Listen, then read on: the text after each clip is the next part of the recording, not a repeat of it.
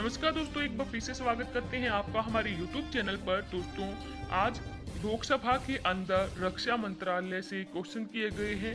भूतपूर्व सैनिकों के लिए सरकार कौन कौन सी योजनाएं यहाँ पर चला रही है और भूतपूर्व सैनिकों को क्या क्या सुविधाएं यहाँ पर दी जा रही है। क्या भूतपूर्व सैनिकों की पेंडिंग डिमांड को गवर्नमेंट ने माना है और जो रोजगार योजना है उससे भूतपूर्व सैनिकों को कितना फायदा मिल रहा है और क्या फायदा गवर्नमेंट फ्यूचर में देने वाली है। क्यों रिक्तियों को कम हो रहे हैं, ज्यादा क्यों रिक्तियां नहीं बढ़ाई जा रही हैं। ये पूरी की पूरी यहाँ पर जानकारी मांगी गई है लोकसभा के अंदर कर्नल सेवानिवृत्त राजवर्धन राठौर के द्वारा।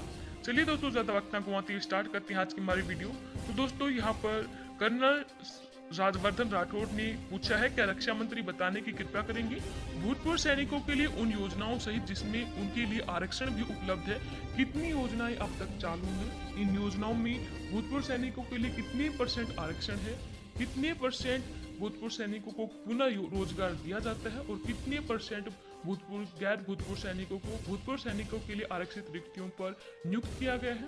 भूतपूर्व सैनिकों की कम पुनर्योजना दर के कारण क्या है। आंसर दिया गया है रक्षा मंत्रालय में राज्य मंत्री श्रीपाद नायक के द्वारा। उन्होंने कहा कि तीनों सशस्त्र बल सेनाओं के भूतपूर्व सैनिकों को पुनर्वास के अवसर उपलब्ध कराने के लिए पुनर्वास महानिदेशालय, जिसको डीजीआर बोलते हैं, द्वारा प्रायोजित जो भूतपूर्व सैनिक पुनर्वास स्कीमें हैं उसमें है सुरक्षा एजेंसी स्कीम, पीएसएम कोयला और परिवहन स्कीम, टिपर अटैचमेंट स्कीम, युद्ध विधवाओं सैनिकों के लिए टिपर अटैचमेंट स्कीम, सीएनजी स्टेशनों का प्रबंधन, बीपीसीएल और आईओसीएल कंपनी स्वामित्व कंपनी संचालित आउटलेटों और रिटेल पंपों का आवंटन, एनसीआर में मदर डेयरी दुग्ध बूथों और फल एवं सब्जी दुकानों का आवंटन, नियमित एलपीजी डिस्ट्रीब्यूशन शिप का आवंटन और रिटेल आउटलेट डीलरशिप।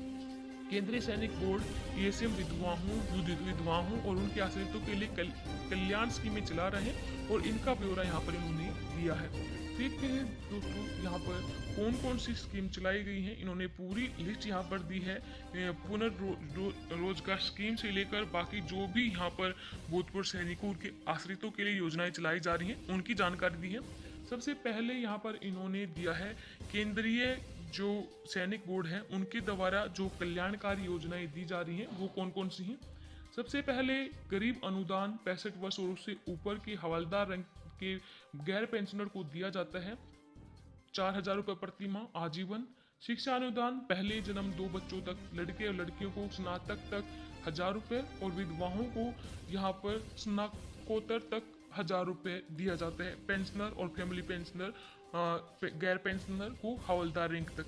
अब अफसर कैडेट अनुदान केवल एनडीए कैडेटों के लिए है। हवलदार रैंक तक पेंशनर और गैर पेंशनर को ये 1,000 रुपये प्रति माह मिलता है।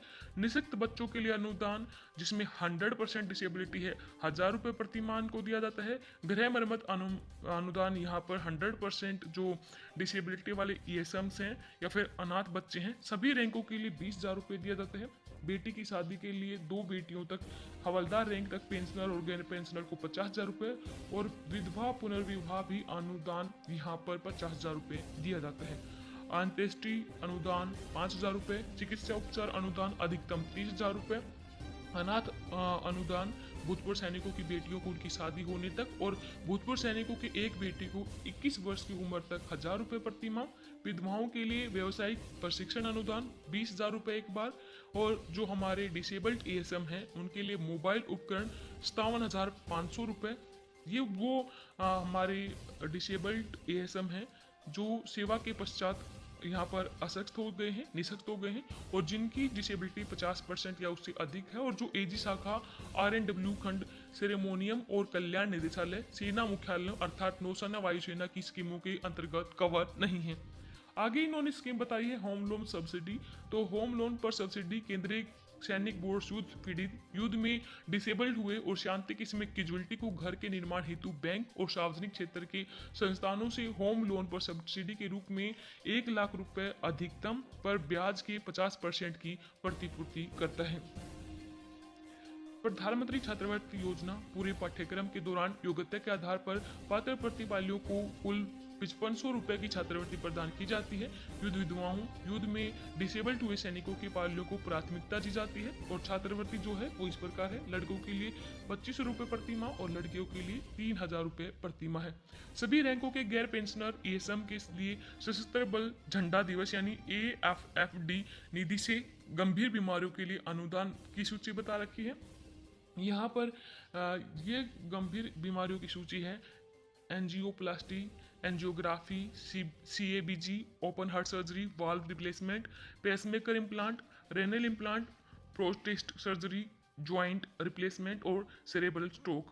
अन्य बीमारी जिसमें उपचार पर 1 लाख रुपए से अधिक व्यय हुआ है, इन सभी के लिए अफसर और PBOR को क्रमशः व्यय का 75%, अफसर को 75% और PBOR को 90% रुपए तक, जहाँ पर 1.25 लाख रुपए तक अधिकतम दिया जाता है। डायलिसिस और कैंसर उपचार के लिए अफसर को 75% और PBOR को 90%, अधिकतम 75,000 रुपये प्रति वर्ष वित्त वर्ष तक अनुदान है।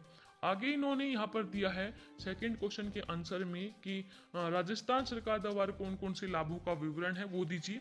तो यहाँ पर इन्होंने राजस्थान सरकार के द्वारा भी जो लाभ दिए जा रहे हैं उनका भी पूर्ण विवरण यहाँ पर दिया है। सबसे पहले यहाँ पर इन्होंने बताया है वीरता पुरस्कार विजेताओं को नगद भूमि वार्षिक भत्ता एक मुश्त लाभ मिलता है। औद्योगिक भूखंड शेड 2%, सोल्ट प्लांट 9%, और इसी तरह काफ़ी सारी योजनाएं इन्होंने यहाँ पर बता रखी हैं, जो वीडियो के डिस्क्रिप्शन में हम आपको उसका लिंक प्रोवाइड करेंगे, आप वहाँ पर जाकर चेक कर सकते हैं। तो दोस्तों इसके अलावा उन्होंने यहाँ पर जो आगे क्वेश्चन किया था उसके संबंध में भी कि कौन कौन से संगठन के द्वारा हमारे भूतपूर्व सैनिकों को कौन कौन से ग्रुप में भर्ती किया जा रहा है और कितनी संख्या में उनको अब तक भर्ती किया जा चुका है और कुल भूतपूर्व सैनिकों का परसेंटेज कितना है। तो यहाँ पर सबसे पहले केंद्रीय सरकार विभाग का नाम है, पदों का वर्गीकरण है, जो ग्रुप C की पोस्ट है और ग्रुप D की पोस्ट है उसमें अलग अलग बता रखी है। 31 दिसंबर 2019 तक कितने % भूतपूर्व सैनिकों को लगाया गया है। कुल यहाँ पर संख्या थी 1,35,484, जिसमें से भूतपूर्व सैनिक थे 2,496, 1.84% है। और ग्रुप डी की वैकेंसी में 253 वैकेंसी में से 2 भूतपूर्व सैनिकों को सिलेक्ट किया गया है 31 दिसंबर 2019 तक, और जो टोटल परसेंट का 0.79% है। ऐसे ही PSUs मतलब बैंक में बता रखा है ग्रुप C और ग्रुप डी की वैकेंसी में कितने टोटल वैकेंसी थी, कितने भूतपूर्व सैनिकों को यहाँ पर रोजगार मिला है और टोटल कितना परसेंटेज उनको यहाँ पर दिया गया है। इसके अलावा यहाँ पर CAPF में बता रखा है इन्होंने, तो टोटल यहाँ पर कुल मिलाकर इन्होंने दे रखा है जितनी भी वैकेंसीज हैं उनका 3.90% भूतपूर्व सैनिकों को यहाँ पर रोजगार दिया गया है। तो ये थे राज्यसभा लोकसभा के अंदर क्वेश्चन किए गए थे भूतपूर्व सैनिकों से रिलेटेड।